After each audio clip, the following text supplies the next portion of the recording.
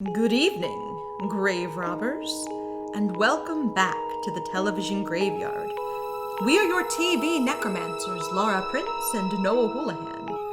We have come here tonight to examine the spirits of past television shows, including which ones should be resurrected, could be resurrected, and I messed this up on video. How embarrassing.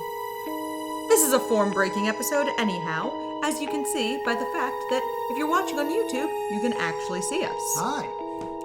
We are excited and proud to bring you our first ever interview episode with Dave Levine, aka Sex Toy Dave. Sex Toy Dave. From Megan Wants a Millionaire, so I hope you enjoy. Editor Noah here. Unfortunately, I had to say that our clean audio of Dave's side of the conversation was sadly corrupted. So I had to do some tricks of the trade here to get this podcast to even work. So I tried to fix it as best as I could. It's clearly not going to sound perfect, but I wanted to include this little note in the beginning because I wanted to explain that it is my fault and not Dave. I didn't want people to listen to this and be like, why does that millionaire have a terrible microphone? This is entirely my fault. Sorry for the poor quality, and please enjoy the interview. Ladies and gentlemen, we are very happy to be joined to talk about Megan Wants a Millionaire. We have Sex Toy Dave on the line. How you doing, Dave? Whose real name is Dave Levine. Yes. Yeah, in fact, I've sort of moved on from that name. I guess we can get into that, but, listen, can't escape your past. Exactly. I guess that's a good place to start. Yeah, I was gonna say, that's why I wanted to use his real name and not an outdated nickname. Yes. So the sex toy game is behind you now, correct? Yeah, well, I sold the business this year. In 2016, I hired a CEO. I was sort of, for me, I was never sort of that into toys or into them at all, really. It was just, in 95, I wanted to make money with e-commerce on the internet. I had a mall selling all kinds of things, toys, and then I had all these stores. Most stores did nothing. Some sold a little. I put up a toy store, and the sales just came in. The profit margin was higher. I said, well, I guess this is what I should do. And then I created one of the first affiliate programs. I was really into, decentralized networks. I did this work from home. I created a work from home business in 95 before it was cool. And then, But that paid off 25 years later. Yeah, I know. People thought I was crazy. Now I'm like, now you see what I'm talking about. So you have a knack for finding markets right before they blow up and taking advantage of that. I suddenly discovered that I'm very good with early. I get in early. And so That's why now I'm into crypto, and it's sort of the same type of thing. I like to get in early, and then I have a saying that, it's important if you're going to be in business to be the smartest guy in the room. I'm not the smartest guy, so I like to go to a room that nobody else is in. That's a good move. And then when everybody else comes, that's what happened. All of a sudden, I got on the web. I was the smartest guy in the room. And then the Google guys got on, and all of Silicon Valley got on, and then I was no longer the best. So I got out of there. Now I'm in crypto. And, smart people starting to get on. Hopefully I've made my money before they get there. So when you say that you started with a mall, do you mean an online mall? Yeah, that was what they called the, so before Amazon, if you think of Amazon, right, it has everything store. We didn't think one store.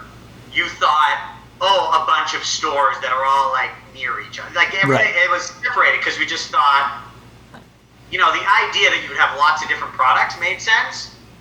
But the idea that they would just be in one display just seemed crazy at the time. So we called it a mall. Everybody called these things a mall because you would go to the physical mall, and everybody understood that. So we called it a mall, as you probably, So I had this idea, like I said, Jeff Bezos is an order of magnitude, or several orders of magnitude smarter than me, But I was before him. I had an affiliate program before Amazon. It just, he sort of passed me by. Yeah, getting into e-commerce in the mid-90s, that was before a lot of people were really thinking about buying and selling things online. It was before a lot of people had home computers. Right. Now, the web, when I got on the web, my first thing I was going to do consulting business, to try to help people build websites. I'd call a business, say, hey, I build websites. They'd be like, huh? What is the web? I remember when people would say, what is the web? I was excited because I knew I was early. And then it was like 4 months later, I'd say, hey, I want to build a website. I build websites. Maybe I can help you. They'd say, oh, the CEO is in a meeting, but I'm going to pull him out of a meeting for your random phone call. Like, That's how quick it changed. So, yeah, it was easy back then. Interesting. So let's talk about Megan Wants a Millionaire. Okay. So first I have to know, how did you get involved? Like, how did you even find out about this? How did you end up there? Yeah, there's two things. One was I loved the reality show idea for marketing for my business. You can't advertise mainstream for toys. Absolutely. Especially not then. I mean, I hate to say it to people who dig up the old episodes. I was on Millionaire Matchmaker also. And that's when they contacted me, and I said, "Listen, this is marketing for me." Like, and they're like, "Well, we can't say sextoy.com on the air." Well, I said, "What about if people had created this nickname for me? I was throwing parties, and people were calling me Sextoy Dave. I said, can you just make my name Sextoy Dave? Because there's not a lot of Sextoy Daves out there." And it sort of implies, I'm like, "This is good marketing." So they said yes, and I'm like, "Cool." So I did that, and then. So I was open to reality shows, but they called me, and I was like, listen, I'm not going on one of these stupid shows where I live in a house and try to fight. And they're like, no, that's not what it is. You're going to go out on one date with her, and then you tell us what you think, and that's it. It's going to be nothing. Don't worry about it. It's like, okay, I'll do that. And then it was like, and then come for the interview, and then they get you excited, and they're like, well, actually, it's in one of these houses, and then it was a whole, I don't know, they sort of warmed me, they kept working me, and then before I know it, I'm like, oh, okay, I'll do it, and, So they looked for you. What's that? So they contacted you initially. Yeah, in 2009, in fact, that summer, I was on 3 shows at the same time. I was on Millionaire Matchmaker for the second time. I was on this VH1 thing, and then there was this Joan Rivers, How'd You Get So Rich? She did a thing. She had me on. I was on all 3. Like, I was on 3 different channels in August of 2009. The summer of Sextoy Dave. It was the summer of sex. Oh, I'd be like in the gym, and they do. And Millionaire Matchmaker had 2 seasons, so they do the Sextoy Dave hour. I would drive down the street, and people would be like banging on the windows, like Sextoy Dave. It was crazy, and then everybody forgot about me. So you don't? Did the fame not last? Do people still ask you about it besides us? So for a while it was like crazy. It was like everybody noticed me all the time, like, and come up to me and whatever. And then it, actually, in Millionaire Matchmaker though, they did reruns. It was 7 seasons, and every season before the new season would start, they'd run all the reruns, and they'd run mine. And so I often had people. So that was 7 years. So for almost 10 years, people would be like, it would come up relatively frequently. Now it's pretty rare. Gotcha. I might look too old now. You're still rocking the haircut, so I'm surprised. The funny thing is, I'm cutting my hair by myself now. Right. When COVID happened, and then I was like, whatever. What is it? It's shorter here. I try to do the faux pas. So I just go like this with a razor every few weeks. And I'm like, I like it better. Yeah. It looks good, man. So that means you didn't really know Megan at all when you signed up for this. Like, you didn't see her on any of the other shows or anything like that? No, and I didn't. Actually, I had watched, what was the one? Flavor Flav. I mean, that was the greatest of bad programming. I mean, that show. Yeah, I mean, as a group, I think these are the Citizen Kane of bad reality. Yeah, I was sort of a fan of bad reality. I no longer watch reality. I don't even know if they have bad reality anymore, but I was a fan, and I watched, and also, I knew the VH1 genre of vanity. What was the other one with the rock star guy? Rock of Love. With Bret Michaels? I saw those, and then, I don't know, I didn't know Megan, or that one I didn't know. But I didn't care. Like, it's funny how the show, they really did pick up on, I was just doing this for marketing. Like, I don't care.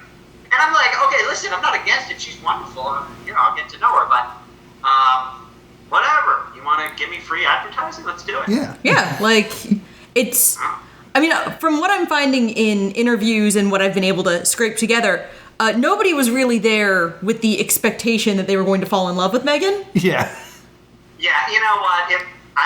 It's so funny. Like, the guys would be talking. Like, every guy was like, oh, when the show airs, I'm going to be able to meet any girl. They were all playing the actor game. Everyone was like, oh, yeah. Like, listen, and there's nothing wrong. She's not a bad person. Right. I'm saying nobody hated her. It was just like, cool, and she's nice or whatever, but everyone had like an angle. Right. Probably all the reality shows are, but these were all sort of entrepreneurial people. Everybody was like, coming up with their post-business plan and dating strategies.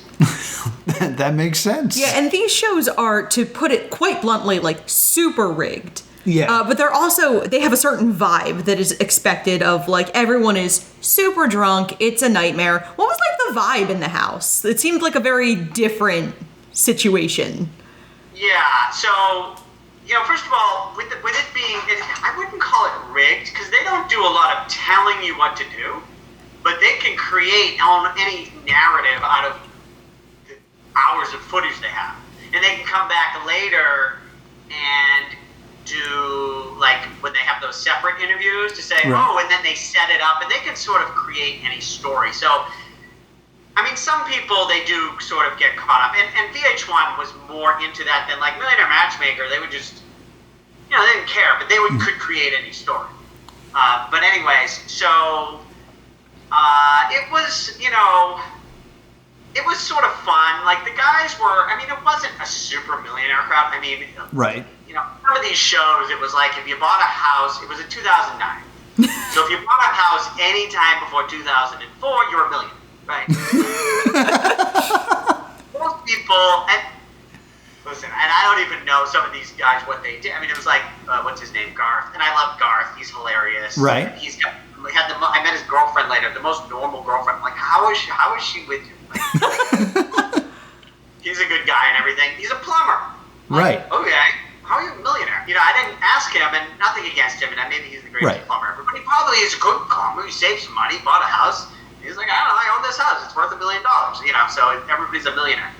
But anyways, the guys were smarter than the average, probably. Right. And everyone's, so it was fun. We'd hang around in a nice house. It was very chill, and it was exciting, So it was a very high energy vibe. And there was a lot of, and what do you do there? You're just hanging around all day. They were always trying to feed you drinks. Yeah. And there was a business center too, which was like, there were like 4 computers, and we'd all like, I had work to do. I was the CEO of the company, and I was like, I had stuff to do every day. And then other guys also were busy. But it was fun being with 4 other random people all running their business. Yeah, that was kind of fun. But on the other hand, I remember I only lasted 4 weeks. Right. And I got to say, as much as I was like, well, it's fun to stay on, but like, I can't wait to get the hell out of here. Sleeping in a room, bunk beds. It was like 5 guys in my room. I think I shared a bunk bed with the Punisher. Great guy. But listen, I don't need to be in a bunk bed. Because also we're, again, it's like wealthy, successful people. Like, my house was bigger than the one they put me in. Right. And I lived in that alone. So, but it was fun. Yeah, you definitely get a more mature vibe that, like, this is a house full of comparative adults. Yeah. Compared to, like, Flavor of Love and Rock of Love and all of these other shows. And this is more of, like, there are adults in the room, and they have jobs, and they have stuff to do. Yeah. Yeah, there wasn't as much crazy drama. I remember the first night, I think somebody, like, got in a fight. Like, Garth was very, like, he'd get stuff going, and, like, sometimes, and I think somebody got in a fight on the first night or something. Really? Yeah, I don't, like, now, I guess Megan has episodes. I'm not sure I remember what they put on. I remember there was some drama, and, like, and also, Ryan. Yeah. Yeah, that's the very That's an extremely unique situation to this show. Clearly, thankfully. Yeah. He was a little dramatic as well, but Yeah. yeah. Kind of an understatement. If I could ask you about the Business Center, because that's something, as someone that watches a lot of reality TV shows for this podcast, they always want to separate the contestants from, like, the world. But you had, like, computers and the internet. Was there any, like, restriction? Like, were you allowed to, like, read the news or anything? No, they have this weird control, like, thing, and they don't want you, like, why can't people be on their phones? I understand you want people involved. I get that. But, like, I don't see the need of people being completely separated 100% from the outside world anyway, so what's the big deal? But we needed, I was also like, I'm not doing this if I can't contact people. I have to, I run the business, so. And wait, what was your question, though? Like, was there any restriction, like, were you allowed to read the news? Were you allowed to get entertainment from outside? Like, did they let you get any of that stuff? They wanted to be a little bit in control, and I think the phones, like, I remember it was like with the phone, you're supposed to always have your phone, but I had my phone. Like, what are they going to do? Yeah. Once you let people have a phone and a computer, there might have been some hours, but I think it was also, if you sat in front of the computer all day, they'd be like, dude, you got to be involved here. And some people were more involved. I think no matter what, if you sat in the corner all day, they'd be like, hey, why don't you got to talk to people. You're on a show, you got to be involved, or if you're on your phone. But people didn't really do that. Okay. But we were not blocked from there was no blocking on the websites. And okay. It was, I think the mentality of cutting people off from the world like that is actually to drive them slightly insane. I'm dead serious that it's actually to push them to the brink emotionally, mentally, physically, so that you get that drama. Right. Their reality shows, for the most part, are pretty abusive situations. Yeah. That's why when that thing happened with Ryan, and I'm not blaming VH1 or producers or anybody, whatever. It's crazy, but they sort of, like, that's why they canceled all VH1 shows. Yes. Because there was a little bit of this sense of, wait, I think they had a sense of, wait, did we make him crazy? Like, because, right. it was, like the crazier, and all of these other shows, too, had more, they would look for people who are just, whatever, expressive at the least, It's a nice way for it. I mean, this was the most, crazy bunch of people who actually make money I've ever seen. Fair. Right. So, they look for that, and then, I don't know, cutting off people from the world, where that came from, and I don't know if they do that on every show. It's a weird thing, and are they doing it to make people crazy, or is it a weird, but I think they had a sense of, like, we need to back off, like, this is, why did this happen, So. Right. That makes a lot of sense. Were you friendly with anybody in the house? Was there anybody who you were, like, friends with? Well, when I was there, I was friendly, with everybody, and there were some guys I, hung out with more than others. I remember, Punisher was hilarious. Yeah. And then there was this guy, Al, who, I kept in touch with. I actually saw him, one time when I was, he was in Vegas. Something was going on, and, he's a nice guy, and, some of us were, a couple of the guys more than others, but honestly, when it ended, really, we didn't really keep in touch, other than, listen, I was so, it's funny, when hindsight, I'm like, God, I was so into business. It really came out in the show. I didn't even think I was that ridiculous, but, apparently, and, I actually hung out with Megan and Cecile, I talked to them, hung out with them a couple times, but again, that was, business for me. It was they would talk about shows they want to be on, and I want to, we're talking, to figure out how we advance our bad reality career. And then I actually met with Ryan. Oof. I had dinner with Ryan and his girlfriend a week before the incident. Oh my God. Wow. Now he was someone who I didn't talk to him much in the house. He was not, I don't know, he was like he get in fights with people, like he was like just not for me, you know. But I didn't have any drama with him. I just whatever. I don't get involved in stupidness. So yeah. But at the end, for whatever reason, well, he was in Hollywood, and he would, and he was on. So he was on this I Love Money. Right. And I was supposed to be on the next I Love Money. Oh. So he got back, and I said, I want to find out, what am I getting into with this thing, right? And he had just got back from the same house on the same show that I'm about to go to in 2 days. Right. Right. So again, it's not because I think he's a great. I was just like, whatever. It's business meeting. We go meet and dinner 5 minutes from my house, and I'm gonna get the deets on what I Love Money is all about. Yeah, what you're getting yourself into here. Yeah, and so I just don't want to make it out like I'm his best friend or anything, but You're doing some recon. Yeah. So anyways, but it was a bit of it was surreal. Like, yeah.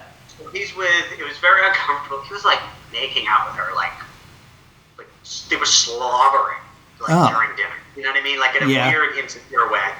And also, she, so I was in Hollywood. I moved on from that whole scene, and I have the scars to prove it. And I now know why people say it's not a good idea to get caught up in the scene. But, fair. At the time, I was, climbing that social ladder, if not already made my ascent to the summit. But, that's right. I was on all these shows during parties. So I was like, I was enjoying the craziness. But anyways, this girl was, the main thing I was like, he is in over his head. Like, she was, I don't know, just, she knew how to work the scene and the money and the whole thing. And he was like, he didn't know what was going on. And I was like, oh my God, she's going to eat him alive. And that was, whatever. And I'm not blaming her either. Right. He was in a highly emotional situation and not realizing it with somebody who's playing a game at another level. Right. And he just getting jerked around. Like, if you've ever been with somebody who you think you're in love with and she doesn't give a crap about you, it can be quite emotional. So I saw that at the time, and I was like, whew, he doesn't know what he's doing here. Yeah. So, yeah. So that was... So it wasn't one of those situations where it was like everything seemed normal? Like you could tell something was underneath? That's crazy. I mean, I was in Hollywood, so rarely did I come into any events that were normal. Gotcha. This one did register at the time. I was like, whew, that was weird. Yeah, the fact that even in the, grand scale of what you were dealing with, that still struck a chord. Yeah. Like, with your normal meter being completely off and that still being like, oh, no, this is weird even for me. Yeah. Yeah. So.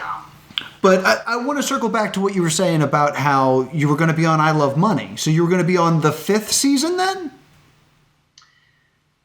I don't remember what season it was. They had two. There was one Ryan was on, and then there was the one that I was supposed to be on. Okay, so you were supposed to be on 4. Yeah, maybe. Because there was never one that aired after 4. Yeah. So okay. Did they just... They didn't air his either, so I think there were 2 they didn't air. No, they did air 4. Yeah. Because I'm rewatching 4 because I'm a trash monster. The one he was on? No, the one he wasn't. The one after that. So, yeah, that's why I'm saying you must have been 5. No, did you pull out? Well, it was the few weeks after his. I don't know. Who did I know? Punisher, was he on it? Yes, so that would have been 4. Okay, that was it. I was gonna be. So what made you decide not to do it? They flew me to Mexico. Okay. Fly 2 extra, and they decided not to have me. In hindsight, I think it was because I sort of had. I'm who I am. Okay. We were looking for who's each character, and I was like, not. I think I didn't fit into what they were looking for. Like they do try to like mold. I think I didn't fit in with the thing, but they were very. Listen, they wasted my time flying me to Mexico and back. Yeah. Which I get, it's fine. And they were very nice. They're like, oh, no, we want you. You should have your own show. Which they might have just tried to make me feel nice. Maybe they were planning it before everything blew up, but, that was close but no cigar. I mean, Dave's Toy Shop does kind of have a nice ring to it for its own show. Right. I mean, Yeah, it would have been a fun show. Yeah, I don't know. I know they were planning a number of additional shows. Yeah. So. Oh, yeah. That machine was rolling, and then it just all got shut down. Yeah. So when you say that they wanted you to be like a certain person, did they ever try to like persuade you to act a certain way? No, but I did hear from people from I Love Money. Again, it's mostly they try to take you and like, yeah, I heard some stories from people who were like, I think it's also if you do something, it's like, okay, we got a story, and then they're like, you got to keep doing that. I think that sort of happens. And I think, I didn't watch the thing. What was with the Punisher? Didn't he have something like, he said he was like the bad guy or something. Yeah, they cast him as kind of the villain. He thinks he's the chess master of the house. Like, he's running, he's kind of running both teams himself. Like, that's not my, and then, but it also, you want to stay on the show. Right. You start playing into their storyline. And so there's a lot of yeah, I remember people who were on that sort of, I think the difference might be for me, I don't think it's a make or break, but I'm not good with that. Like, I need you to be this way. It's like, I can't even if I want. Like, this is who I am. So I think they they might have picked up on that. And if they try to do, they also might pick up on this guy is not that controllable. And not to say that all the people who went there are controllable. I don't really know. But I personally haven't had much of that. But also, I have a built-in story, which might not have, a lot of shows when I would go on, it was like, oh, this guy sells sex toys. You'd expect him to be a pervert. But he's actually kind of normal. Like, that was... When I was on Millionaire Matchmaker, the first season, I don't know if you want this story, but... Absolutely. Well, so they fixed me up with, so this girl, I met her, she seemed nice. And then, to make a long story short, I mean, besides she had a boyfriend, it was not available. She came, so I had a party at my house. She shows up, and at one point, my bouncer guy comes to me and says, there's a girl we need to kick out. And I'm like, oh, it must be, that stripper who I know, It was this girl who supposedly was from Harvard. She's so drunk, and she's starting fights with people. I'm like, so that was the whole thing. And then I'm like, and she has a boyfriend, meanwhile. I dropped her off at her boyfriend. I had to leave my party with her and drop her off at her boyfriend. Oh, my God. Because she was so drunk and fighting me. So Millionaire Matchmaker. Is that the worst date you've ever been on? What's that? Is that the worst? I was in Hollywood. Just another day.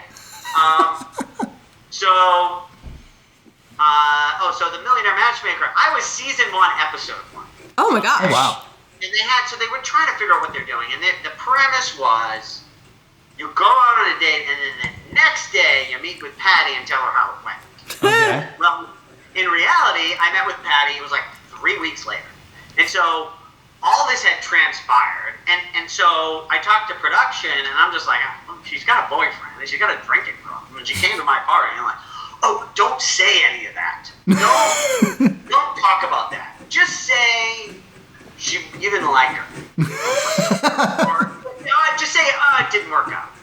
I feel like it's better TV to announce she got drunk and fought somebody. Yeah. Well, they don't know. So Patty, she's not acting.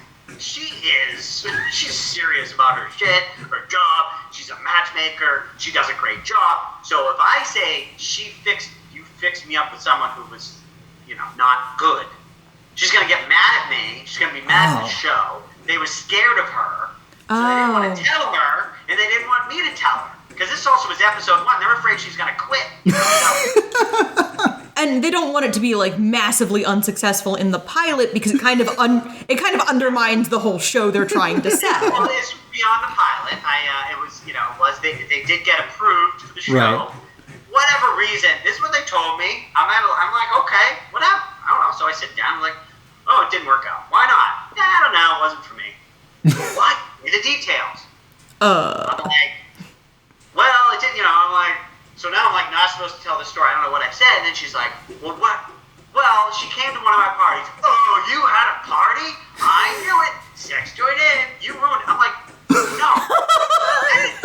It was her. She was drinking. You're blaming. It's your fault. Yelling at me. I'm in a restaurant. She was screaming at me. Like, and I'm backpedaling. Right. Trying to, in hindsight, make her look bad. Because I told the story first. Oh, it just didn't work. And then all of a sudden, I'm trying to say, no, she was bad. It looked horrible. Oh. And I was like, oh my god, this episode, I'm gonna look the worst. I wouldn't tell anybody about the show. My parents were like, when is this show? I'm like, no, I'm telling you. Never. Not for you. and then they do the previews. It's a new show. Right. Coming up, and they show me, and she goes, you can't have sex on the first date or you can't have sex until you're in a committed relationship. And they have this clip of me going, oh. This is bullshit. I didn't say, they took that clip from somewhere else and put it. It looks like all I care about is sex. I was so mad. And then everybody's like, oh my god, I saw that clip. You're so funny. Oh yeah, I'm funny. Okay.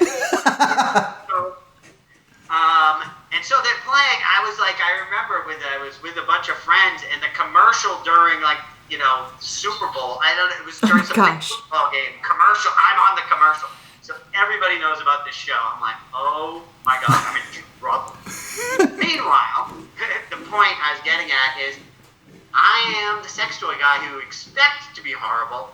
Turns out he's a nice guy. So they took like 20 seconds from that 30-minute harangue she gave me, if that's the right word, how to pronounce it. They took like 30 seconds and I looked fine. That's right. Right. That's a long story for the point. That's why I brought you on, though. Yeah, this is insight that we're very much interested in. Were you happy with how you were edited in Megan? Well, the show didn't actually air. I just found out that Megan has it on her. Yeah, she's on her YouTube. Yeah. Yeah, a couple of them. Is that the only play? I mean, who's seen it? I had actually seen the original episode years ago. I think I don't even know that I watched the whole thing. All I liked was the last when I got kicked off. This is what I wanted to talk about. I said, I'm so upset to have missed this opportunity to find free marketing. I mean, true love. Yeah. I love that you leaned into it. And it's very funny because even in the edit Megan put on her YouTube channel, they still bleep out everything at the end. Yeah, they bleep out your websites. Oh, did they not have my name? Oh, they bleeped that out. They can't do .coms. They can't right. They know that was not possible. But they had my name, Sex Toy Dave, everywhere. That was all the agreement was, and it was funny. I don't know if it came off that much in there, but I remember talking to the producers. I was like, listen, I'm not that into it. Like, I'm not that. And again, I like Megan. Even as a friend, I don't know her that well. I can say, oh, she's a good friend. I hung out with her a few times. Seemed very nice. She's very entrepreneurial. I like that. She seems like a great person. But as far as dating, and at the time, I was like, I'm not feeling anything. I don't know where this is. And also, I also don't like the whole, I want you to buy me things. Yeah. I remember on my date, they were like, well, what are you going to buy her for? I'm like, I'm not buying her anything. This is the first date. Why would I buy her something? Right. Yeah. And it wasn't like buying her flowers. It was like, buy her a Tiffany necklace. Like, it was a lot. I don't do that on a first date. I barely, listen, if I'm in a relationship, we'll see what happens. But I'm not into people who are into material things. Like, right. I don't like that as So I didn't want to play that game. I'm like, so she's not really for me. I remember the producer going, oh, that's interesting. You're actually not into her. Like, that's the story, okay? You're not into it, you know? And I was like, okay, whatever, you know? And I figured that sort of, I don't mind that. Without being, I don't want to be like, oh, I hate her. You know, she's not a bad person at all. But dating-wise, I'm not into that. I think that's cool. I'm not into spending a bunch of money to get someone to like me. Gotcha. So, like, when you had those elimination nights, like, was there actual nerves that you're going to get eliminated, or was it just kind of like, what happens, happens? Well, the main thing was standing there for like 5 hours. Like, my back was hurting. I mean, it was just like, they'd put you on a spot. Especially, I remember the first night, because they had to get the camera set up and all this. You got your place that you got to stand, and you stand there for hours. Wow. Like, oh my god! Like, it was sort of boring, and I think my thing was I didn't care about going to the end. It was a little bit like I don't want to get kicked off, but so I think if I got kicked off on the first night, I'd be like, oh, this was a waste of time, you know? Right. But at the same time, I didn't think I was going to get kicked off on the first night, so I don't think I was nervous. This is a long time ago. I don't remember. I understand. But I don't remember having nerves about it. Because also you sort of, if you see how the show works, they sort of like, if you're going to get kicked off, you have your storyline. Like, I hadn't been on a date with her. How am I going to get kicked off? Like, what's the story, right? So then on that fourth one, when I had the date, I don't remember. I think part of me was just like, okay, if I stay on, great. If I don't, awesome. I can't wait to get the hell out of here. Gotcha. You know, so it was just whatever. I don't remember being stressed about it. And it would have been fun to hang out, but we never think of those as taking that long because they're about like 2 minutes of TV time. Yeah. Yeah. No, it would be long. I don't remember what. There was a lot of just standing there with the lighting and the cameras and the focus, and then just whatever. She walks down the stairs again, and her in the high heels. That alone took 20 minutes. She made Trump's descent look like a speed. Hey, when you walk in those heels, if she had an escalator in the house, it would have been better. Should have had somebody like carry her down. Yeah, like exactly. Just really lean into it. So, was there any incentive to stay on the show? Like, were you compensated more per episode or anything like that? You know, if they paid, I think it was like, you know, they were paying something they had to pay, I think, legally, and, you know, it was a tiny bit of money, I think. I don't remember. I remember there was some check that was very inconsequential. It was all about airtime. That's all anybody cared about. Either for marketing or for your fame level. Everyone just wanted more screen time. Gotcha. That's, you know, and so the incentive is to stay on the show more, and then you're more famous. And that's why we have people from like Megan Wants a Millionaire who don't necessarily need the money from I Love Money going on it anyway. Yeah. Because they're like, no, I want to do more screen time, have more fun. Right. Makes sense. Yeah. No, I mean, fame is very valuable.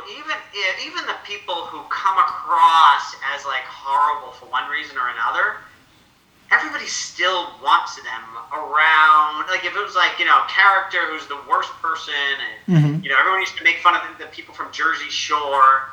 But if you were having an event and that person is there, it's like, oh, awesome! This event is better because it has the horrible person that I don't like, you know, here, and I want to talk to them, and then as that person, you know, for me, I go to my convention for my industry, and it's like I was like a hero, you know, because mainstream marketing of adult products is like the holy grail of, you know, the adult industry. Right. Yeah. And I did it, and people were like, "Oh my God," you know. So it was just that. Yeah. Those had to be some wild industry shows. Yeah. You mean the conventions? Yeah. I used to say, you know what? All businesses are the same. I mean, what people are like, oh, your business, what do you do? I'm like, it's the same. I sit in front of a computer all day. I'm worried about inventory and, Right. And, where the add to cart, what color the add to cart button is, and all this boring stuff that you got to do. The only difference between this and any other business are the conventions. And I got to say, these conventions are better. I'd imagine those are pretty good. Yeah, I mean, I was also in Hollywood.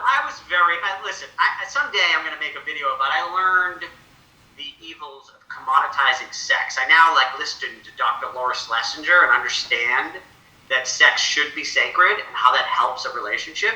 And I'm actually divorced now. And I got to say, when I look at hindsight, nothing against her, but anything I could say bad about her was before she got married. I looked, why did I not notice that this would be a problem? These things wouldn't work. It was because I was so caught up in the shiny lights and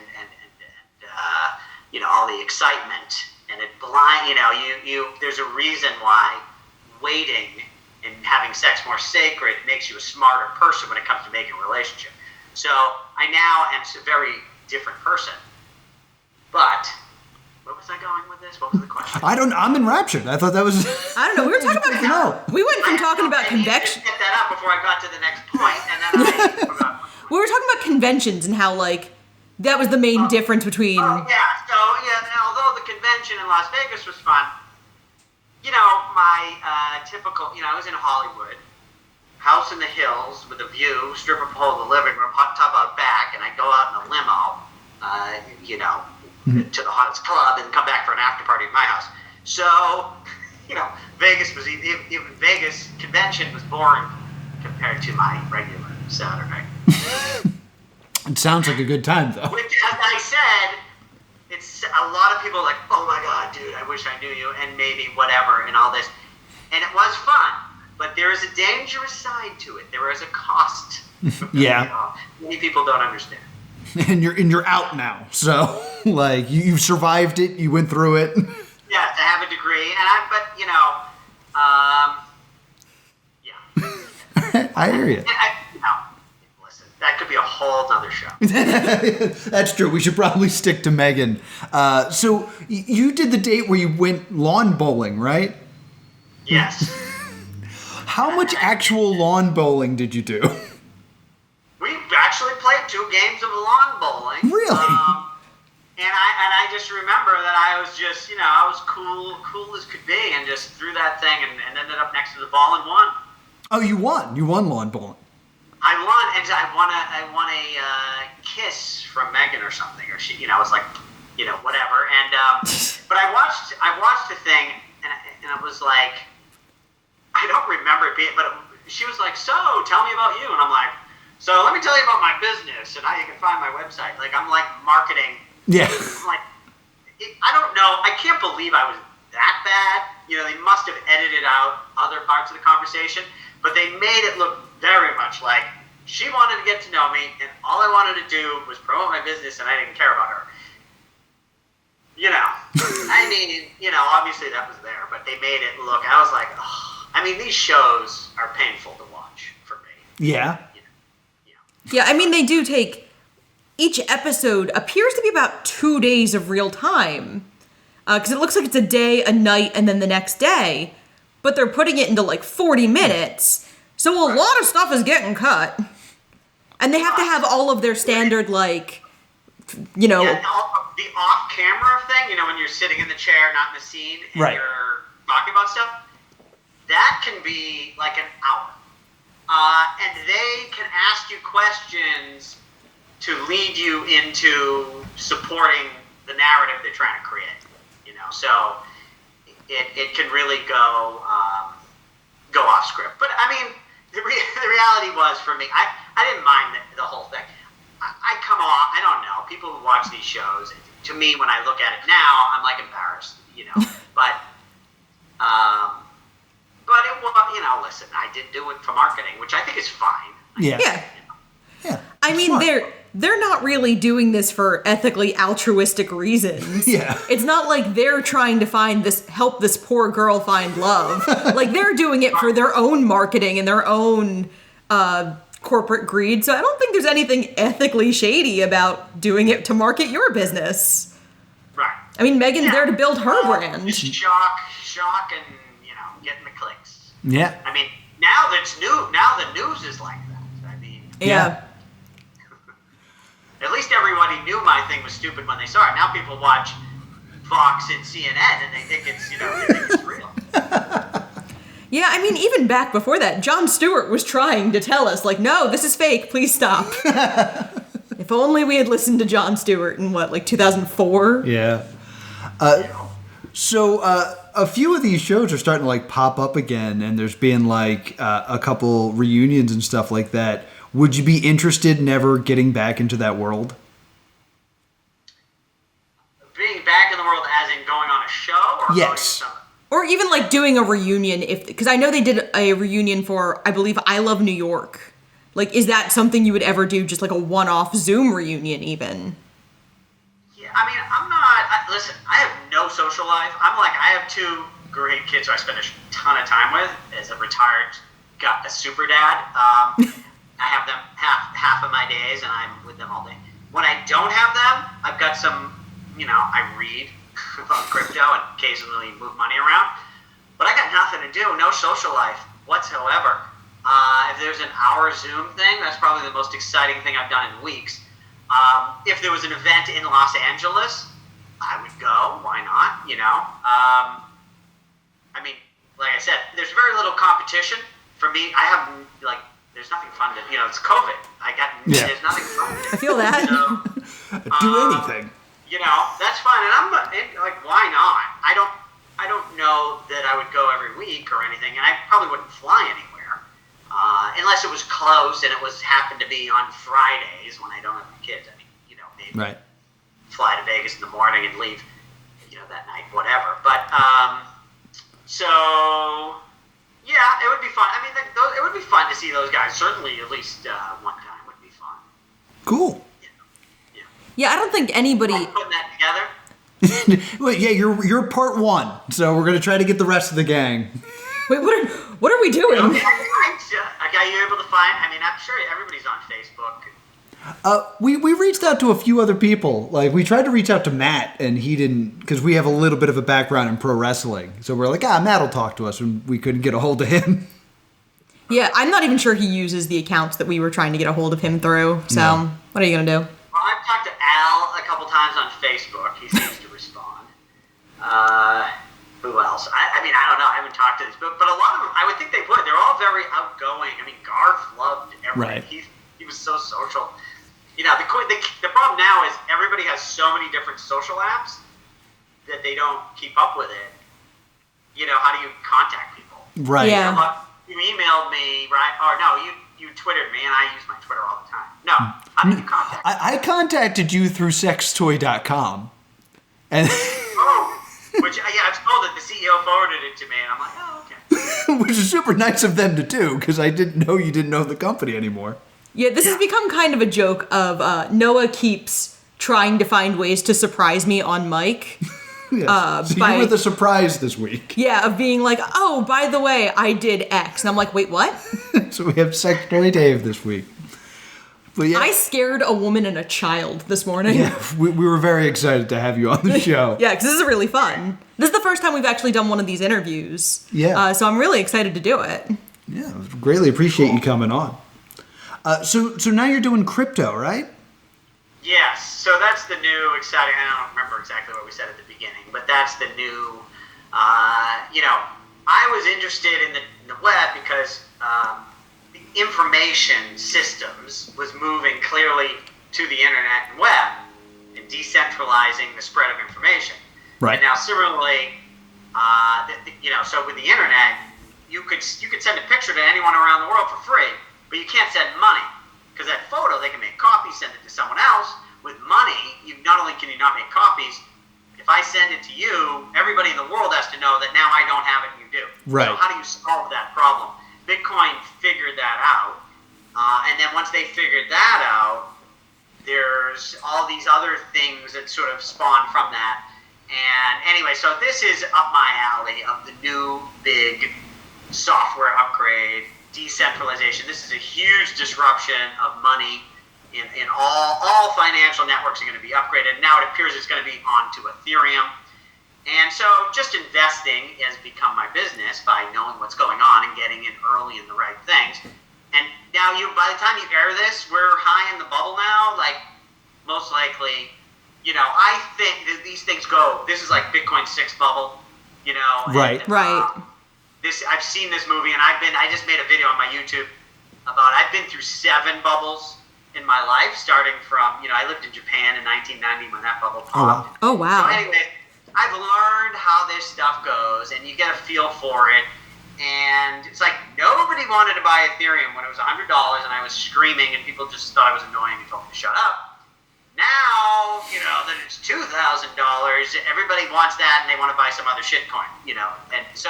Yeah, I believe Dogecoin is one people are talking about. Yeah, did you get into Doge? No, it's a joke. I mean, it was made as a joke. It doesn't do anything. Elon thinks it's funny, and that's fine. Listen, he's a billionaire. He can afford to just think it's funny, but if there's no developers, like, it's right. not, it's just a thing. Like, it's like a collectible, maybe, but it's do not buy Dogecoin. And you mean the cryptocurrency named after a meme is a joke?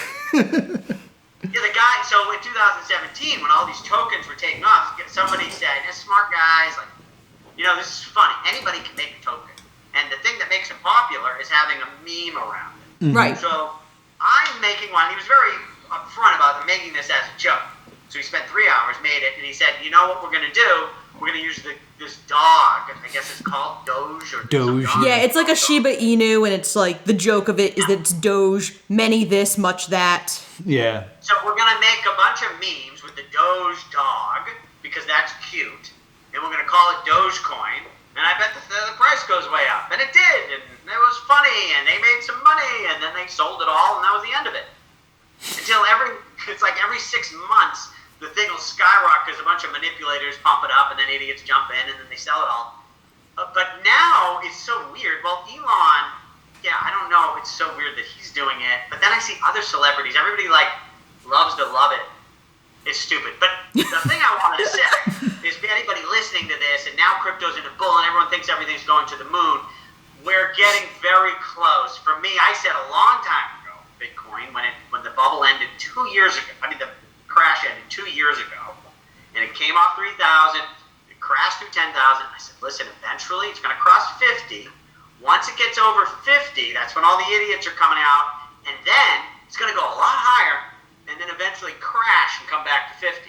Right. And for Ethereum, it's probably 3,000 to 5,000 that we're getting to. So you're getting very close, and probably by the time this thing airs, just understand that if you buy anything now, it probably goes a lot higher in the next several months, but 2 or 3 years from now, you're going to be able to buy it cheaper.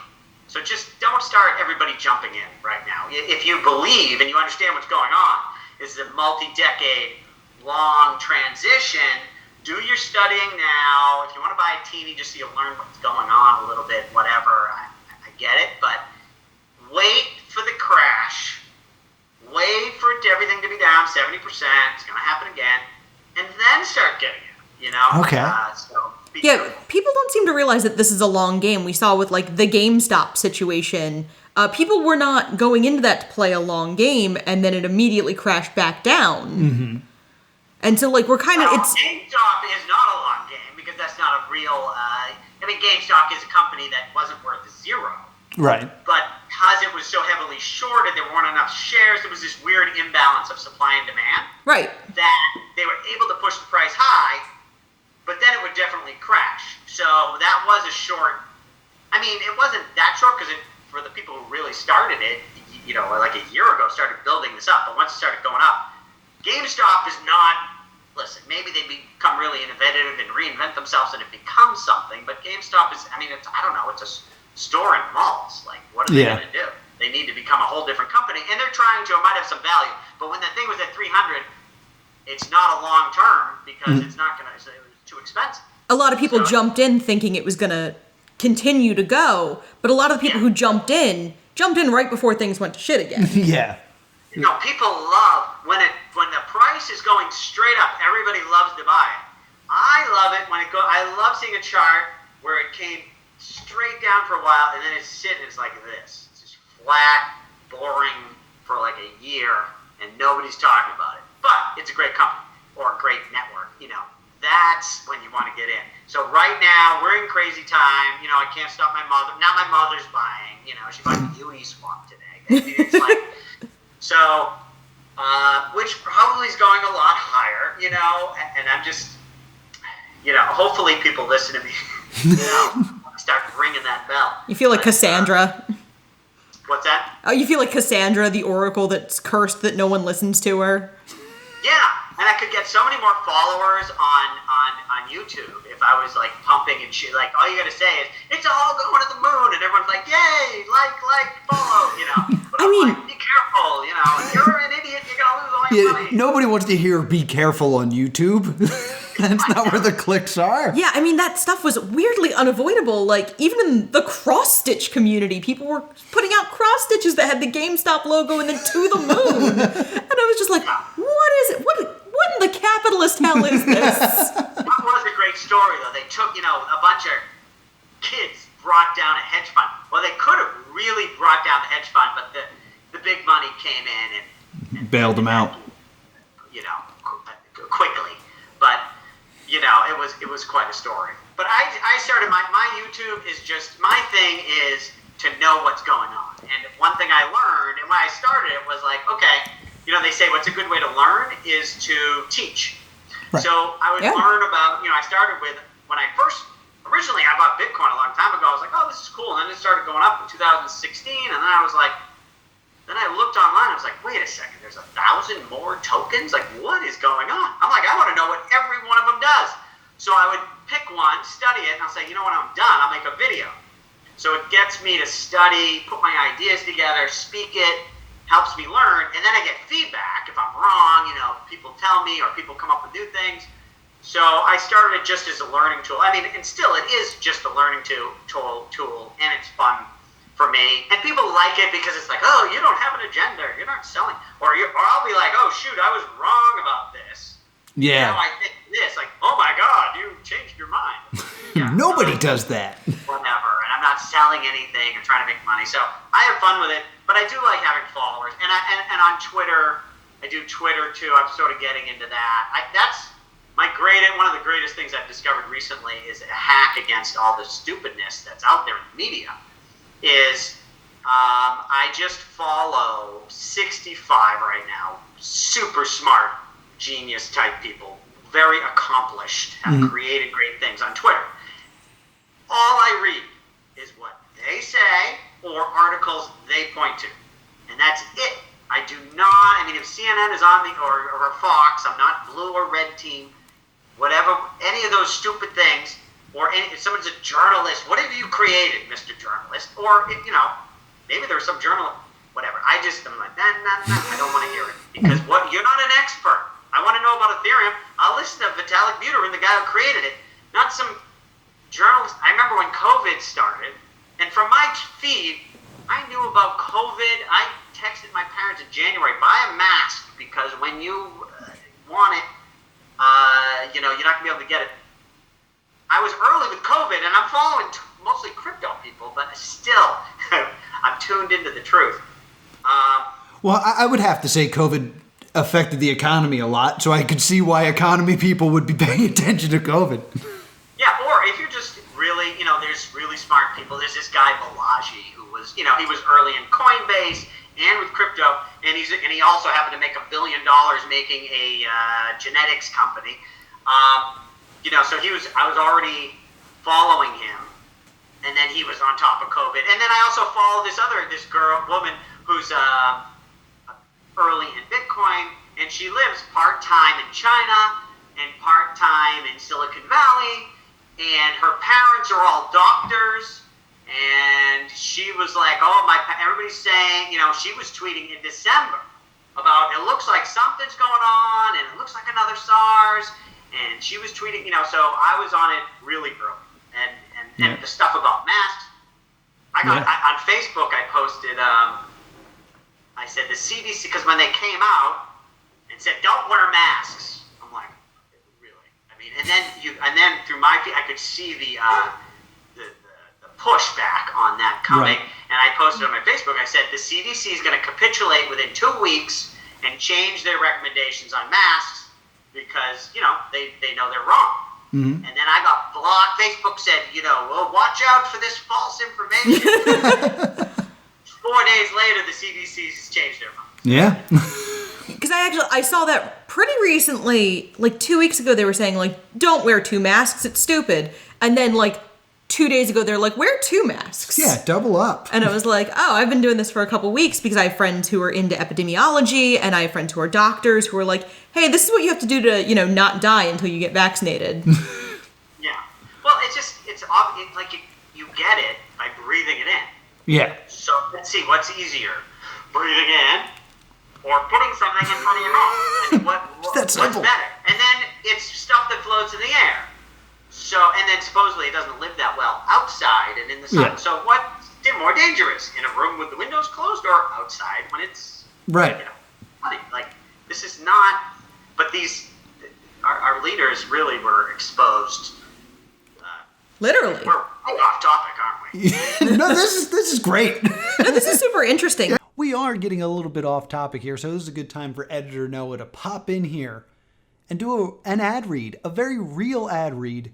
Because our sponsor this week is Sextoy.com, the only sex toy emporium that was started by Sex Toy Dave. He, as stated earlier, sold the business, but they're still in business. It's still some high-quality products, and you can get some right now at 20% off if you use the discount code Megan20. Yes, for real. If you use the discount code Megan20 on Sextoy.com, you'll get 20% off your order. Thanks to Stay Doomed. So before I let you go, I gotta ask this question. What is that painting behind you? There's two. Yeah, I don't always get complimented on my choice of art, but the mountain one is just, I love looking at the mountains. I was out in Utah, Park City. And they had this photographer, and they had all these. I just like, that's what I want to look at. I think that's in Alaska, Kilimanjaro. I have a friend. He came in. He's like, "Oh, I climbed that." Really? Okay. I didn't even know it was Kilimanjaro or I think that whatever it was, he climbed it. He knew it. So I like looking at that. I used to have it in my Hollywood place. It was like in the living room. People were like, that doesn't belong here. I was like, I don't care. I like it. So the other thing is this, it's like acrylic and it's 3-dimensional, you know what I mean? It has texture. Texture, and I don't know. It's another one where a lot of people hate it. I like it. It's kind of old now. But years ago I was walking in New York City and I saw it and I was like, I love that. So I got it. And I've had it ever since. I love it too. It keeps drawing my eye to it, so I had to ask about it. Thank you. I had for a while, I put up a green screen and I have these fake backgrounds, but it's a whole thing and the lighting, and it's always an issue. And then I thought, whatever. Actually, that painting was over here. Okay. If I put that there, this is good enough. I don't need a green screen. Yeah. It's good framing because it's perfectly on each side of you. Yeah, now we all had to become, junior interior designers so that we could have our Zoom backgrounds be suitable. Well, hopefully I'll be selling some Ethereum and getting a house. A long story. I told you I'm divorced. I've been in this place for a while. This place is awesome, though. I love it. But I think I'm gonna get it. I probably should buy. I think it's good financially. Money, but also I'm like, I'm just gonna actually buy some furniture, or some, maybe I get some, a piece of art that is not like, that's gonna be, I've had that for probably 25 years, this other one for 15, and I haven't gone clothing shopping in like 2 years. I mean, no one's gone clothing shopping in like a year. Yeah. Like, nobody's gone shopping in like a year, so it's fine. No one knows. Like, when's the last time anybody bought pants? Like, for real. No one knows. It's we don't fine. need them. Pants are obsolete now. Zoom cuts off here. Like,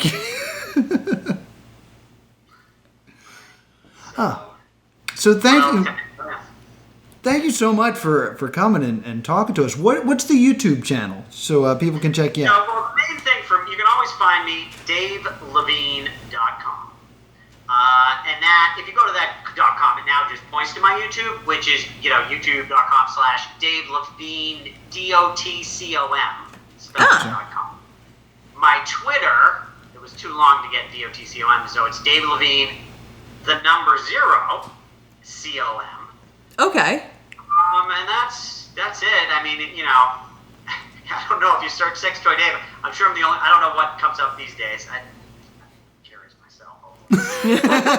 Take a look into that. Well, you're Crypto Dave now. That's the name you got to start pushing. I'd like to have that name changed to Crypto Dave. Yeah. Yeah.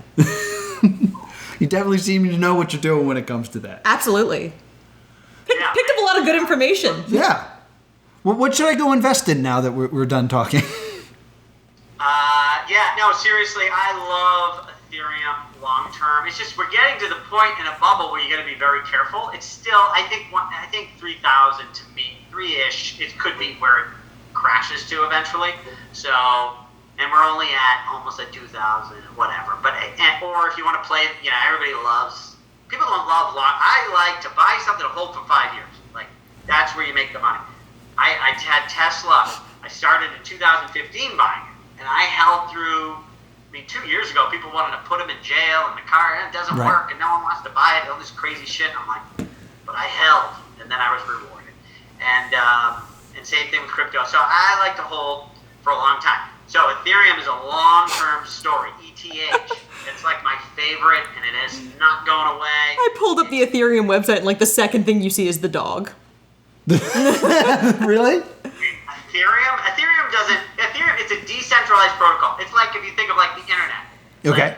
I pulled up the internet's website. The internet doesn't have a website. Yeah, it's just Ethereum.org. It's a community run. Okay, so Ethereum.org is an organization that works to promote Ethereum, but they don't own Ethereum or anything. Gotcha.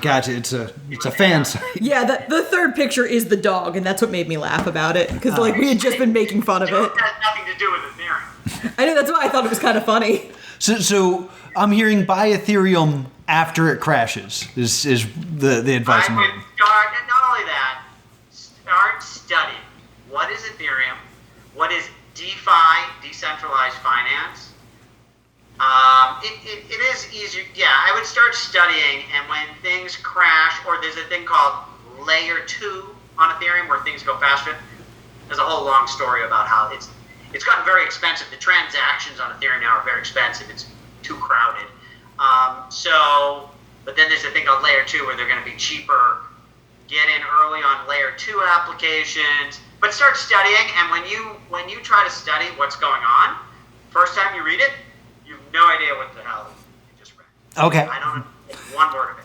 Then you read it again, and you're sort of like, I think I understood one sentence, so I'm making progress. Third time, fourth time, literally at some point, it starts to hit you, but don't feel bad, because it's also an intersection of it's economics, it's networks, it's programming, it's game theory, all in one. And so it's very, it's a long learning curve, but I think you will be well rewarded, because all financial software is going to be upgraded.